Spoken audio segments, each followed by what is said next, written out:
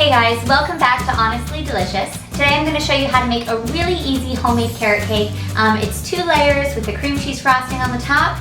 Really simple, extra comforting, which I think we all need a little bit of right now. So let's get started. Okay, so first things first, I have my oven preheated to 350 degrees, and I took 2 9-inch cake pans and went ahead and sprayed the inside of them, and then I lined the bottom with parchment paper. That's totally optional, but it does make it really easy to peel the cake out at the end.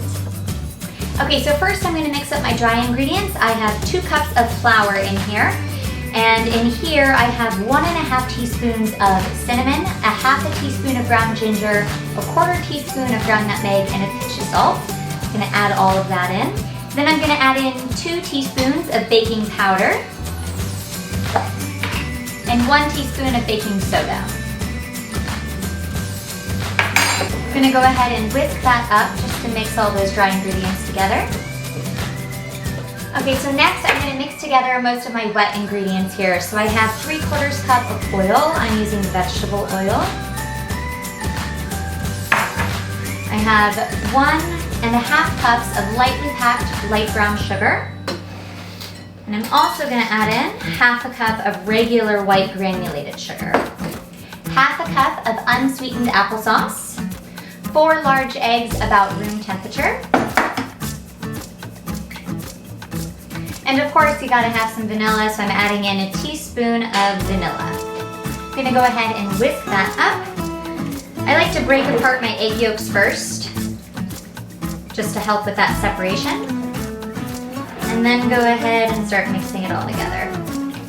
Last thing for the wet ingredients, I'm going to go ahead and fold in a heaping 2 cups of freshly shredded carrots.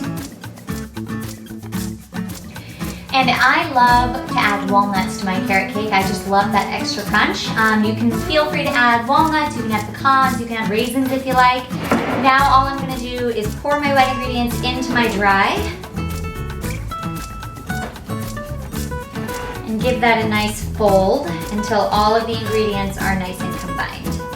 Alright, so now I'm going to go ahead and divide my batter between my 2 pans. Try to get it as even as possible. Now I'm going to go ahead and pop my pans into the oven for about 30 to 35 minutes or until a toothpick comes out clean. Okay, so I let my cakes cool in the pan for about 10 to 15 minutes once they came out of the oven. That way the pan is actually, like, I can manage it. I'm just going to take an icing knife, or just, you can use a butter knife as well, just something with a really dull edge, and run it around the outside of the cakes. I'm going to carefully, my hand is on top, I'm going to flip it over, just like so. Bada bing, bada boom. And now I can go ahead and peel that parchment paper off.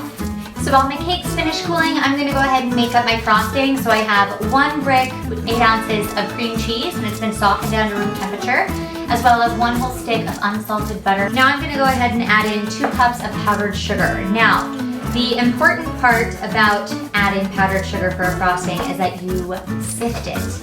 Sifting is a very easy thing to do. It does not take much time, and it ensures that your frosting is going to be smooth without any bumps from the powdered sugar.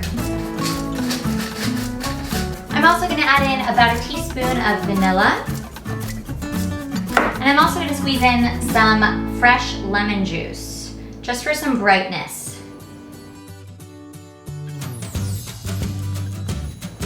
Alright, my cake layers are cooled. Now it is time to ice. I'm going to go ahead and take, I don't know, a healthy scoop here. Probably about ½ a cup. Now we add on our second layer.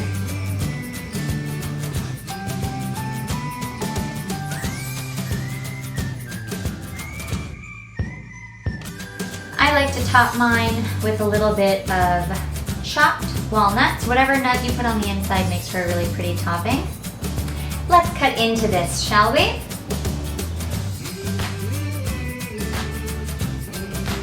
Wow.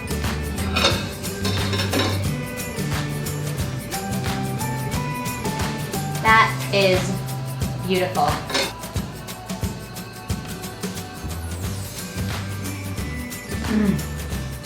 Honestly, this cake is delicious.